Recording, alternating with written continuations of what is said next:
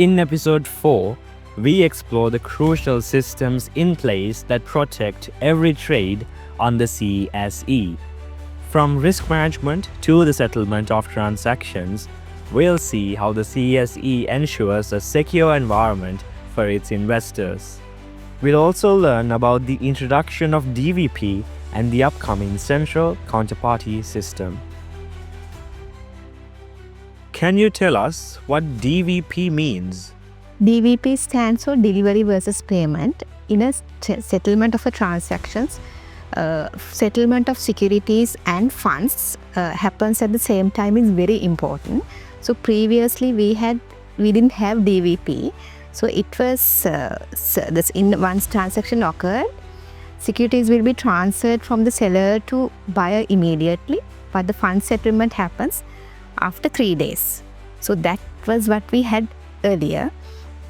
But this caused a great risk for the seller of the transaction, because once this transaction completed, seller committed his shares immediately, because the shares will be moved out from his account immediately and then goes to the buyer. But buyer will make the settlement only after 3 days. So seller has to wait 3 days to get his money, but buyer gets the shares immediately. So this is we call the asset commitment risk. So this is a very high risk, and we had to address that risk. So that is why we brought in DVP. Right now what happens is, once the transaction happens, so delivery versus delivery of shares and the settlement of funds happens at the same time. So that is on the settlement day. So that is what we call DVP. Why was it necessary to introduce DVP at the CSE?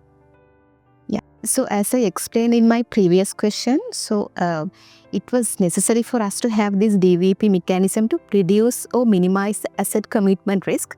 So in the risk ratings, we had a very low rating for this asset commitment risk, because as I explained, seller committed his assets on the same day itself, trade day itself, but the funds settlement happens on 3 days later. So that is why it was necessary for us to have this, brought this in the same time and have this delivery versus payment settlement mechanism. So that is why we have introduced DVP into our market. Yeah. We understand that the CSE is now planning to implement a central counterparty system. Could you elaborate on this and explain the difference between DVP and CCP? Okay, so central counterparty is a mechanism where you minimize the counterparty risk of a transaction. So CCP central counterparty, what we call in short term it's CCP. So what happens when we have a CCP is, in a transaction you have two sides, buy side and the sell side.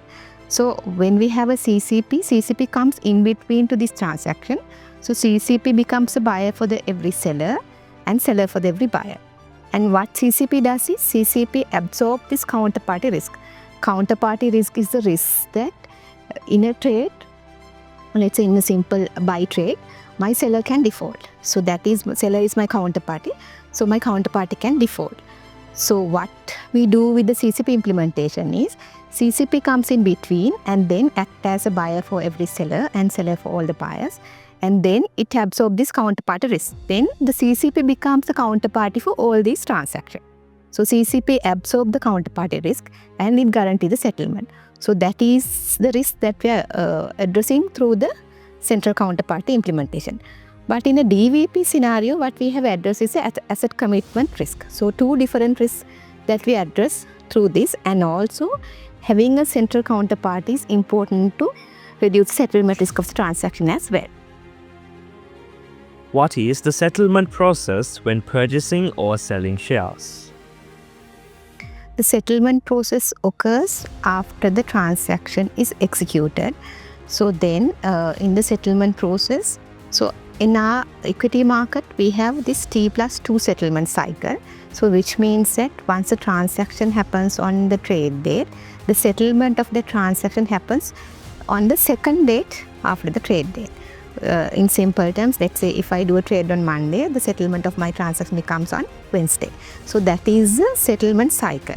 So even though this trade executed on Monday, So it will take 2 days for us to have these trade confirmations and then get the required funds confirmation and then ensure that funds and securities are there in the respective accounts and then do the settlement. So that is the whole settlement process. So earlier we had this T+3 settlement cycle.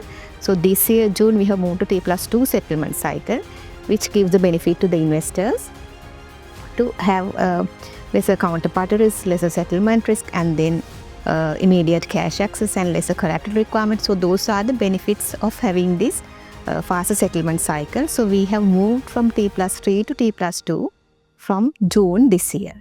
So that is the settlement process.